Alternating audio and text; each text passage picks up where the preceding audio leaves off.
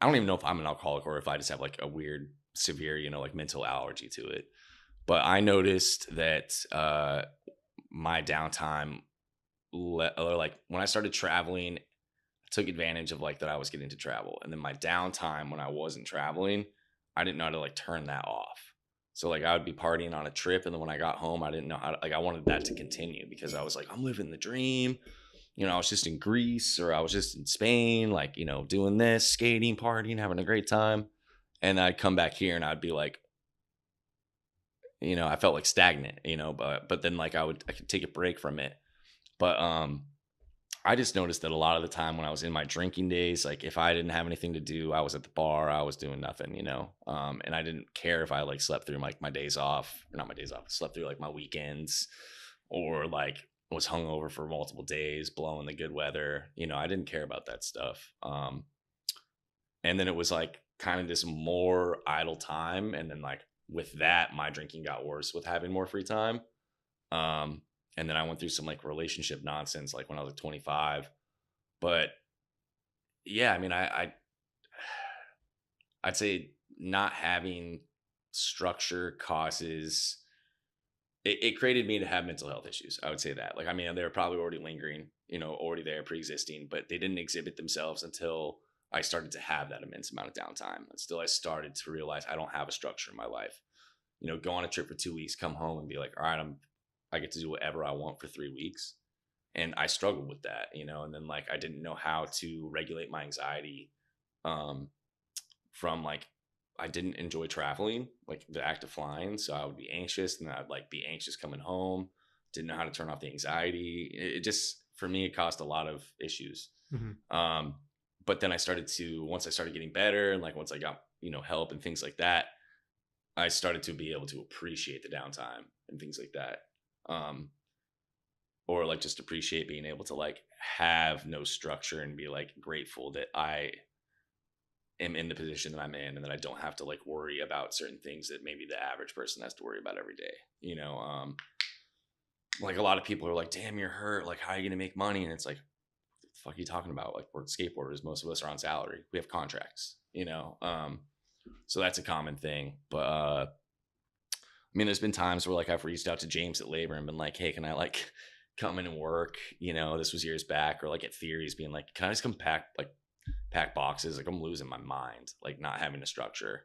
And then that was like that lack of structure and trying to find things to do. I was like, well, I can just go and pretend that I'm a Knicks fan and just sit at the bar. And so I just kind of did that a lot of the time. So you basically have a scenario where you're making a living, Yeah. like the structure of like a, let's say, a pro skater. You're making a living, you have enough to live, you're Yeah. good. But like other than pockets of like having to film or do some stuff like that, maybe travel, you have a lot of free time, and you have it's like your hierarchy of needs is already met to an extent. Exactly. You're chilling, but like, like now there's just endless, infinite spaces of time. Right. And if you have vices or, Well, you know, that's what the thing with skating is, like, as a yeah. little kid, you watch all these videos, you fucking, what do you're gonna be a rock star. You're gonna do the thing. Yeah. So like that's all that and it's like people start skating super young. So by the time that you realize like how like engulfed your mind is in whatever thing, like a lot of my friends that I grew up skating with, like at one point in their lives, and some of them still, Mhm. like were real deal alcoholics at like 19 years old, Right. like going to the bar every fucking day, Yeah. Yeah. mad young, drinking like 240 racks, 230 racks and a 40, like daytime, at like fucking 19 years old. And Yeah. I'm like, it's like, and then it's normal. You know what I mean? And then Right. it's just like, Especially here too. I feel like it kind of gets more normalized too. Like meaning to in New New York. York, yeah, yeah. I mean, like you just kind of you get. I mean, I didn't have my adolescence here per se, but it's like I could only imagine if I grew up here what I would have been exposed to at 12, 13, 14. You know what I mean? Yeah. Like I'm sure I probably would have drank that much at that age as Yeah. well, which is like, So have you added structure in your life now, or like, I know things are different right now because you're not skating, right. but how do you deal with that, and how have you came out on? It seems like you're at a better space now, and like you've come to conclusions on a lot of these things. Right. And I'm assuming it's an ongoing process. You're working Of on it, but course. what steps have you taken to just, I guess, better yourself? I mean, dude, I mean, in the beginning, like, I've journaled a lot. Like, I wrote a lot of stuff down. I was in therapy for years. So like having therapy to do, like mental therapy over like Zoom and like in person, that gave me a place to be and like a time once a week at least. So that gave me a little structure in the beginning. But when you start to like you work on projects, I've had like a couple video parts I worked on the last year, so that allowed me to have that type of structure because the dudes that I was filming with, they had jobs and, like I had to like kind of work with their schedules. And then I'd just be like, all right, today I'm going to like just rest and recover and whatever. So like that downtime didn't seem so intense. But like, I'm losing my train of thought here again. I apologize. No, all good. No worries. But I'm sorry, it was about creating structure. Yeah. No, we were talking about Jesus Christ. No, this happens to me all the time too. Yeah. We were talking about just like I guess what steps you took to even create a structure, because really all the shit you're gonna do is like self-imposed. Yeah. So I mean, I guess once I did the knee thing, that was like, I was bummed because I was like, well, shit, like I'm gonna have like a whole year of like nothing to do, and then it's like, well, no, I have to do physical therapy, and then like there was a lot of stuff I had to do at home to just get my knee to like get to a certain like mobility. But now, I mean, my structure is basically just like that I have PT. If I feel, like, let's say anxious in my apartment because I'm like, yo, it's beautiful outside. And I'm like, I feel like I'm wasting my time. It's like, all right, well, I'm just going to go to the gym and just go work out. Like that physical activity, like boosts my mood, makes me feel better. I did something active. But I mean, I still obviously lack schedule, but I mean, I just try to find things now to occupy my time, like just have things scheduled.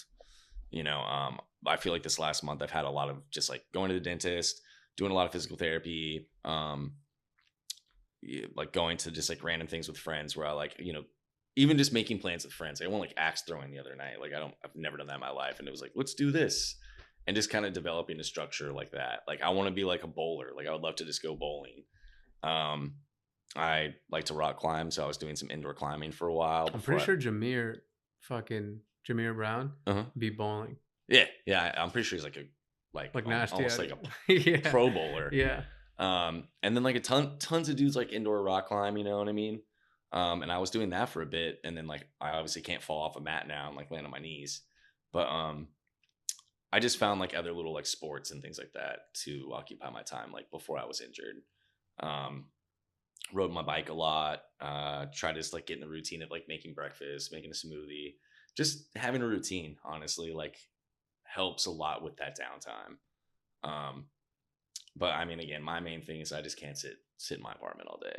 You know? So it's, even if I don't do something crazy, I got to go walk around. But you see skaters into different shit now too, Yeah, like you see like Donta Hill, he'd be boxing, or like I watched all these things, all the ones with like what you guys do, and like John Fitzgerald like big into boxing now and like surfing.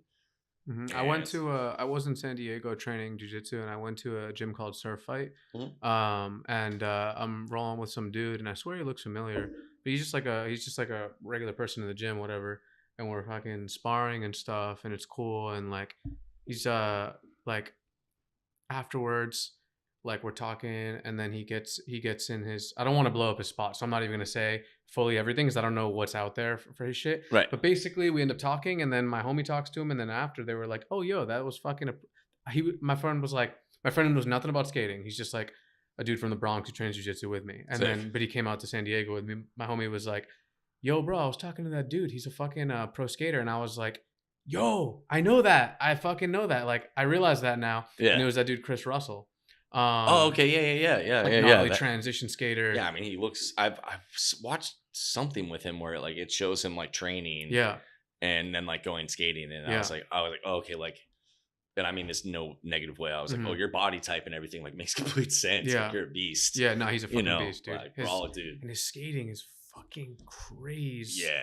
I mean, like I'm not a huge I mean, I love transition skating, but like that type of transition skating, like I'm all about it. That's the crazy and like shit. Oski shit, but like that, like his like powerhouse shit. Power shit. Yeah. And so that, and then like you also see skaters get into different like creation of art, you Right. know, like Jim Greco's hammers. Hmm. For me, that's just like an art project. Right. It's also clothing and product and stuff, but like I get hyped on that shit, man. Like when I see skaters doing shit, or like Dill's shit with like FA and FA radio and like Right. all the projects that they do. It's very inspiring.